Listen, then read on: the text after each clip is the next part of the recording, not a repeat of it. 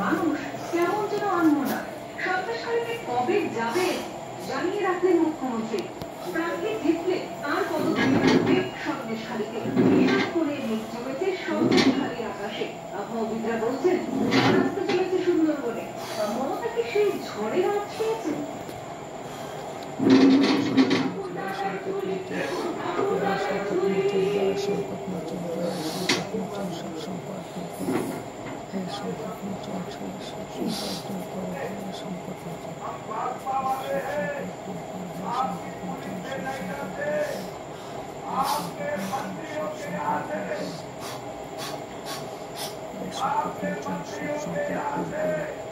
জয়